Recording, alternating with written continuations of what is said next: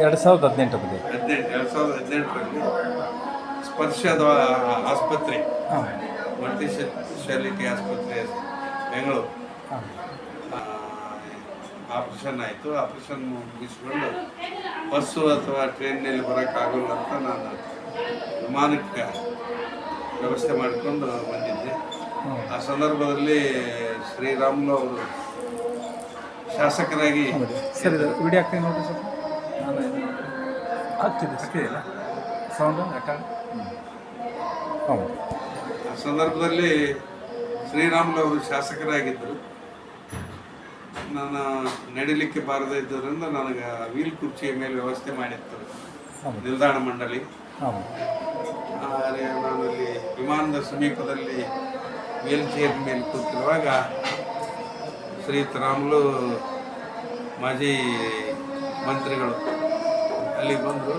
ಬಹುತೇಕ ನನ್ನ ಗುರುತು ಇಡಲಿಕ್ಕಿಲ್ಲ ಅಂತ ನಾನು ಅಂದ್ಕೊಂಡಿದ್ದೆ. ಆದರೆ ಅವರು ತಮ್ಮ ಯಾವುದೇ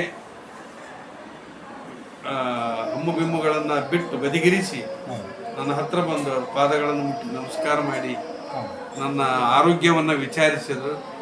ನಾನೇ ಒಂದು ಕ್ಷಣದಲ್ಲಿ ಗಾಬರಿಯಾದೆ. ನನ್ನ ಗುರುತು ಹಿಡಿದಿರಿ ತಾವು ಅಂತ ಕೇಳಿದೆ. ಬುದ್ಧಿ ತಮ್ಮನ್ನು ಮರಿಲಿಕ್ಕೆ ಆಗ್ತದೆ ಅನ್ನೋಂಥ ನಸುನಕ್ಕು ನನ್ನನ್ನು ಮೊದಲು ವಿಮಾನದಲ್ಲಿ ಏರಿಸಿ ಆ ನಂತರದಲ್ಲಿ ತಾವು ವಿಮಾನವನ್ನು ಏರಿ ಬಂದರು.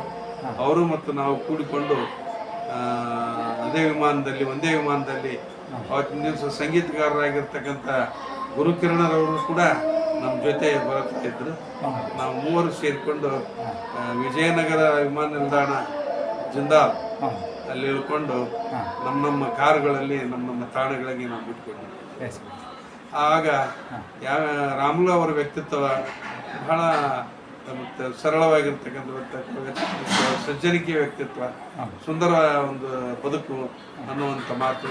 ಆಮೇಲೆ ಶ್ರೀಮಂತ ಬಡವ ಅಂತಕ್ಕಂಥ ತಾರತಮ್ಯ ಇಲ್ಲದೆ ಜನರನ್ನು ಒಂದು ಟ್ರೀಟ್ ಮಾಡ್ತಕ್ಕಂಥ ವ್ಯಕ್ತಿತ್ವ ಅನ್ನೋದು ನನಗೆ ಮನವರಿಕೆ ಆಯಿತು. ಅದೇ ಅವ್ರ ನಡೆನುಡಿ ಬಗ್ಗೆ ಒಂದು ಎರಡು ಮಾತಾಡಿ. ರಾಮುಲು ಅವರ ನಡೆನುಡಿ. ರಾಮುಲು ಅವರ ನಡೆನುಡಿ ಬಹಳ ಉತ್ತಮವಾಗಿರ್ತಕ್ಕಂಥ ನಡೆನುಡಿ. ಇವತ್ತಿನ ರಾಜಕೀಯ ವಾತಾವರಣದಲ್ಲಿ ಸಾಕಷ್ಟು ಅಸಂಬದ್ಧವಾಗಿರ್ತಕ್ಕಂಥ ವರ್ತನೆಗಳು, ಇತಿಹಾಸವನ್ನು ಕೆಡಿಸಿಕೊಂಡಂಥ ಶಾಸಕರು ಮಂತ್ರಿಗಳು ಸಿಗ್ತಾರೆ.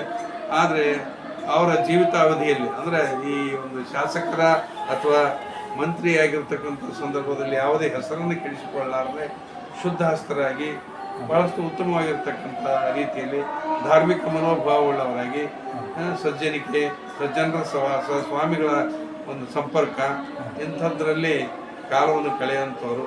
ಇವತ್ತಿಗೂ ಕೂಡ ಗುರುಗಳಿಂದ ಇಷ್ಟಲಿಂಗ ದೀಕ್ಷೆಯನ್ನು ಪಡ್ಕೊಂಡು ಇಷ್ಟಲಿಂಗ ಪೂಜೆ ಜಪತಪಾದಿಗಳೇ ತಮ್ಮ ಮನಸ್ಸನ್ನು ತೊಡಗಿಸಿಕೊಂಡು ಕಾಲವನ್ನು ಕಳೀತಕ್ಕಂಥದ್ದನ್ನು ನೋಡಿದರೆ ಇವತ್ತಿನ ಈ ಆಧುನಿಕ ರಾಜಕಾರಣಿಗಳಿಗೂ ಅವರಿಗೂ ಅಜಗಜಾಂತರ ವ್ಯತ್ಯಾಸ ಅಂತ ಹೇಳಿದ್ರೆ ತಪ್ಪಾಗಲಿಕ್ಕಿಲ್ಲ ಅಂತ ನನ್ನ ಅಭಿಪ್ರಾಯ. ಮತ್ತು ಅವ್ರದ್ದು ರಾಜಕಾರಣದ ಸಾಂಸ್ಕೃತಿಕ ಬಗ್ಗೆ ಹೇಳಿದ್ವಿ, ಅವರ ರಾಜಕಾರಣದ ಸಂಸ್ಕೃತಿ ಬಗ್ಗೆ. ಅಲ್ಲ, ರಾಜಕಾರಣದ ಸಂಸ್ಕೃತಿ ಬಹಳ ಉತ್ತಮವಾದ ಸಂಸ್ಕೃತಿ. ಅಂದರೆ ಸೈದ್ಧಾಂತಿಕ ನಡೆಯಲ್ಲಿ ಅದರ ಹೆಸರು ಕೆಡಿಸಿಕೊಂಡಿಲ್ಲ ಅಂತ ನನ್ನ ಅಭಿಪ್ರಾಯ. ಸೈದ್ಧಾಂತಿಕವಾಗಿ ತಮ್ಮ ಒಂದು ವ್ಯಾಪ್ತಿಯಲ್ಲಿ ಬರ್ತಕ್ಕಂಥ, ತಮ್ಮ ಒಂದು ಚೌಕಟ್ಟಿನಲ್ಲಿ ಬರ್ತಕ್ಕಂಥ ಯಾವುದೇ ಕಾರ್ಯಕಲಾಪಗಳಿರಲಿ ಅದನ್ನು ಶುದ್ಧ ಮನಸ್ಕರಾಗಿ, ಶುದ್ಧ ಹಸ್ತರಾಗಿ, ಯಾವುದೇ ಒಂದು ಭಿನ್ನಾಭಿಪ್ರಾಯವಿಲ್ಲದೆ ಅಂಥದ್ದನ್ನು ಮಾಡಿಕೊಡ್ತಕ್ಕಂಥ ಒಂದು ತಾಕತ್ತು, ಎದೆಗಾರಿಕೆ ಅವರಿಗಿದೆ. ಅವರ ವ್ಯಕ್ತಿತ್ವ ನನಗೆ ತುಂಬ ಮನಸ್ಸಿಗೆ ಬಂದಿದೆ. ಮತ್ತು ಅವರ ಸೋಲು ಬಳ್ಳಾರಿ ಗ್ರಾಮೀಣ ಕ್ಷೇತ್ರದಿಂದ ಅವ್ರ ಮೊನ್ನೆ ಸೋಲಾಯಿತು ವಿಧಾನಸಭೆ ಒಳಗಡೆ. ಆ ಬಗ್ಗೆ ನಿಮ್ಮ ಅಭಿಪ್ರಾಯ ಹೇಳಿ. ಅವ್ರ ಮುಂದಿನ ಬದುಕು, ಅವರ ಮುಂದಿನ ಬದುಕು ಉತ್ತಮ ಬದುಕು, ಉತ್ತಮ ರಾಜಕೀಯ ಭವಿಷ್ಯತ್ತಿದೆ. ಅವರಿಗೆ ಏನು ತೊಂದರೆ ಇಲ್ಲ. ಈಗ ಇತ್ತೀಚಿನ ರಾಜಕಾರಣಿಗಳು ಮತದಾರರಿಗೆ ಆಶೆಯನ್ನು, ಆಮಿಷವನ್ನು ತೋರಿಸಿ ಈ ಮತಗಳನ್ನು ಸೆಳೆಯುವ ಪ್ರಯತ್ನದಲ್ಲಿ ಅವರು ಸೋತಿದ್ದಾರೆ ಹೊರತಾಗಿ ಅವರ ಒಂದು ಸ್ವಂತ ವೈಯಕ್ತಿಕ ಕಾರಣಗಳಿಂದ ಅವರು ಸೋತಿಲ್ಲ ಅಂತ ನನ್ನ ಅಭಿಮತ. ಮತ್ತು ಅವ್ರು ಕೂಡ್ಲಿಗೆ ನಿಲ್ಲೋಕ್ಕಂತ ನೀವು ಈಗಿಲಿಂದನೇ ಪ್ರಚಾರ ಮಾಡಕತ್ತಾರೆ. ಕೂಡ್ಲಿಗೆ ವಿಧಾನಸಭಾ ಕ್ಷೇತ್ರಕ್ಕೆ ನಾನು ನೆಕ್ಸ್ಟ್ ಎಲೆಕ್ಷನ್ ನಿಲ್ಬೇಕಂತ ಪ್ಲ್ಯಾನ್ ಮಾಡಕತ್ತಿದ್ದಾರೆ. ಮಾಡುವುದು ಒಳ್ಳೆಯದು. ಕೂಡ್ಲಿಗೆ ಮತಕ್ಷೇತ್ರದ ಜನತೆ ಇವರನ್ನು ಸ್ವೀಕಾರ ಮಾಡ್ತಾರೆ. ಇವರನ್ನು ಆಯ್ಕೆ ಮಾಡ್ತಕ್ಕಂಥ ಒಂದು ಸಂದರ್ಭ ಅಲ್ಲಿ ನಡೆದು ಬರ್ತದೆ. ಅವ್ರು ಮಾಡುವ ಪ್ರಯತ್ನಕ್ಕೆ ಭಗವಂತನ ಒಂದು ಸಫಲತೆ ಆಶೀರ್ವಾದ ಇದೆ ಅಂತ ನನ್ನ ಅಭಿಪ್ರಾಯ. ಸರ್, ಬಳ್ಳಾರಿ ಗ್ರಾಮೀಣ ಮತ್ತು ಕೂಡ್ಲಿಗಿ ವಿಧಾನಸಭಾ ಕ್ಷೇತ್ರ ಅವೆರಡು ಕ್ಷೇತ್ರದಲ್ಲಿ ಯಾವ ಸೂಟಬಲ್ ಕ್ಷೇತ್ರ ಇದೆ ಅವರಿಗೆ? ಬಳ್ಳಾರಿ ಗ್ರಾಮೀಣ ಕ್ಷೇತ್ರ ಪ್ಲಸ್ ಕೂಡ್ಲಿಗಿ ವಿಧಾನಸಭಾ ಕ್ಷೇತ್ರದಲ್ಲಿ ಯಾವ ಕ್ಷೇತ್ರ ಅವರಿಗೆ ಭವಿಷ್ಯ ಕೊಡ್ತವೆ? ಹೆಚ್ಚಿನ ಒಂದು ಅನುಕೂಲತೆ ಕೂಡ್ಲಿಗಿ ವಿಧಾನಸಭಾ ಕ್ಷೇತ್ರ ಕೊಡುವ ಸಂಭವ ಇದೆ. ಹೌದು, ಹಾಂ, ಅಲ್ಲಿ ಮುಂದುವರಿಯೋದು ಯೋಗ್ಯ. ಕೂಡ್ಲಿಗಿಯಲ್ಲಿ ಎಸ್ ಬದಿ ಅವರ ಮುಂದಿನ ರಾಜಕಾರಣದ ಭವಿಷ್ಯ ಮುಖ್ಯಮಂತ್ರಿ ಆಗಬೇಕು ಅನ್ನೋದು ರಾಜ್ಯದ ಜನರ ಕನಸಾಗಿದೆ. ಅದು ಆಗುವ ಸಾಧ್ಯತೆ ಇದೆಯಾ ಮುಂದಿನ ದಶಕಗಳಲ್ಲಿ? ಇಂಥ ವ್ಯಕ್ತಿತ್ವವುಳ್ಳಂಥ ವ್ಯಕ್ತಿಗಳು ಮುಖ್ಯಮಂತ್ರಿ ಆದರೆ ರಾಜ್ಯ ಸುಭಿಕ್ಷವಾಗಿರ್ತದೆ, ಜನರಿಗೆ ಉತ್ತಮವಾದ ಒಂದು ಸವಲತ್ತುಗಳು ಸಿಗುತ್ತವೆ. ಇಂಥವ್ರು ಆಗೋದು ಯೋಗ್ಯ. ಇವರಿಗೂ ಕೂಡ ಆ ಒಂದು ಇದು ಸೌಲಭ್ಯ ಇದೆ. ಹೌದು, ಮುಂದಿನ ದಿನಮಾನಗಳು ಕೆಲವು ದಶಕಗಳನ್ನು ಕಳಿಬೇಕಾಗ್ತದೆ. ಮುಂದಿನ ದಿನಮಾನಗಳಲ್ಲಿ ಅವರಿಗೂ ಕೂಡ ಮುಖ್ಯಮಂತ್ರಿಗಳಾಗುವ ಒಂದು ಭಾಗ್ಯ ದೊರೀತದೆ. ಬುದ್ಧಿ ಯಡಿಯೂರಪ್ಪ ಮತ್ತು ಶ್ರೀರಾಮುಲು ರಾಜಕೀಯ ಗುರು ಅಂತಾರೆ ಶ್ರೀರಾಮುಲು ಅವರು. ಅವರ ಮತ್ತು ಅವರ ಬಾಂಧವ್ಯದ ಆಧಾರದ ಮೇಲೆ ರಾಜಕೀಯ ಚೌಕಟ್ಟು ಅವ್ರಿಗೊಂದು ಹೊಸ ಆಯಾಮ ಕೊಡಲಿದೆಯಾ? ಸತ್ಯವಾಗಿ ಕೊಡ್ತದೆ. ಹೊಸ ಆಯಾಮವನ್ನು ಅವರೊಂದು ಅನಿಸಿಕೆ, ಅವರೊಂದು ಅಭಿಪ್ರಾಯ ಏನಿದೆ ಆ ಅಭಿಪ್ರಾಯದ ಮೇಲೆ ಒಂದು ಉತ್ತಮವಾದ ಇದನ್ನು ದೊರೀತದೆ. ಬುದ್ಧಿ ಕರ್ನಾಟಕದಲ್ಲಿ ಆರೋಗ್ಯ ಇಲಾಖೆ, ಸಮಾಜ ಕಲ್ಯಾಣ ಇಲಾಖೆ, ಹಿಂದುಳಿದ ವರ್ಗಗಳ ಇಲಾಖೆಯನ್ನು ಸಮರ್ಥವಾಗಿ ನಿಭಾಯಿಸಿದಂಥ ಒಬ್ಬ ಏಕೈಕ ಮಂತ್ರಿ ಅಂದರೆ ಶ್ರೀರಾಮುಲು ಅಂತಾರೆ. ಈ ಬಗ್ಗೆ ನಿಮ್ಮ ಅಭಿಪ್ರಾಯ ಏನು ಬುದ್ಧಿ?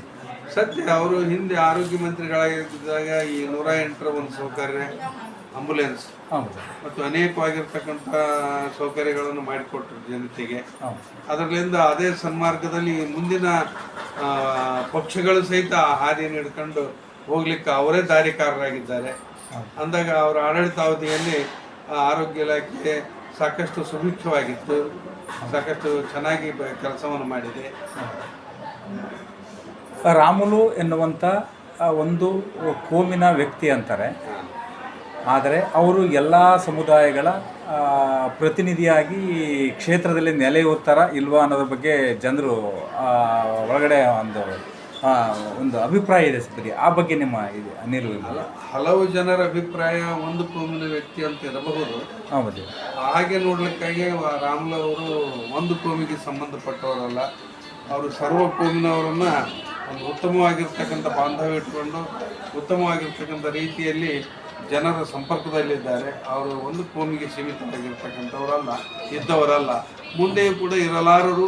ಅವರ ಸರ್ವ ಕೋಮಿನವರ ಜೊತೆಯಾಗಿ ಹೋಗತಕ್ಕಂಥವರು ಅಂತ ನನ್ನ ಪೂಜ್ಯ ಗಂಗಾವತಿ ತಾಲೂಕಿನ ಸೂಳೆಕಲ್ ಬೃಹನ್ಮಠದ ಪೂಜ್ಯ ಭುವನೇಶ್ವರ ತಾತ್ನವರು ಜನಪ್ರಿಯ ರಾಜಕಾರಣಿ ಮತ್ತು ಜನಪ್ರಿಯ ಮಾಜಿ ಮಂತ್ರಿಯಾಗಿರ್ತಕ್ಕಂಥ ಶ್ರೀರಾಮುಲು ಎನ್ನುವಂತಹ ಬಳ್ಳಾರಿ ಗ್ರಾಮೀಣ ವಿಧಾನಸಭಾ ಕ್ಷೇತ್ರದ ಇಂದ ಶಾಸಕರಾಗಿ ಮಂತ್ರಿಯಾಗಿ ನಾನಾ ಖಾತೆಗಳನ್ನು ನಿರ್ವಹಿಸಿರ್ತಕ್ಕಂತಹ ಶ್ರೀರಾಮುಲು ಅವರ ಒಡನಾಟ ಮತ್ತು ಅವರ ಬಾಂಧವ್ಯದ ಹಾದಿಯನ್ನು ಸೂಳೆಕಲ್ಲು ಮಠದ ನಂಟಿನೊಂದಿಗೆ ಅವರು ಬೆಳೆದ ಪರಿಯನ್ನು ನಮ್ಮ ಪರಮ ಪೂಜ್ಯ ಭುವನೇಶ್ವರ ತಾತ್ನವರು ತುಂಬ ಸಾಮಾಜಿಕವಾಗಿ ರಾಜಕೀಯವಾಗಿ ವಿಶ್ಲೇಷಣೆ ಮಾಡ್ತಾ ಅವರ ಸಾಧನೆ ಮತ್ತು ಕಾರ್ಯವೈಖರಿ ಬಗ್ಗೆ ತುಂಬ ಮುಕ್ತವಾಗಿ ಮಾತನಾಡಿದರು. ಈ ಚಿಕ್ಕ ಸಂದರ್ಶನಕ್ಕೆ ಮುಕ್ತವಾಗಿ ಸಂವಾದದಲ್ಲಿ ಭಾಗವಹಿಸಿ ಒಳ್ಳೆಯ ಮಾತುಗಳನ್ನು ಆಡ್ತಕ್ಕಂಥ ನಮ್ಮ ಪೂಜ್ಯ ಶ್ರೀಗಳ ಪಾದರಿಂದುಗಳಿಗೆ ನಮ್ಮನ್ನು ಸಲ್ಲಿಸ್ತಾ ಈ ಚಿಕ್ಕ ಸಂದರ್ಶನಕ್ಕೆ ವಿರಾಮ ಕೊಡ್ತಿದ್ದೇನೆ.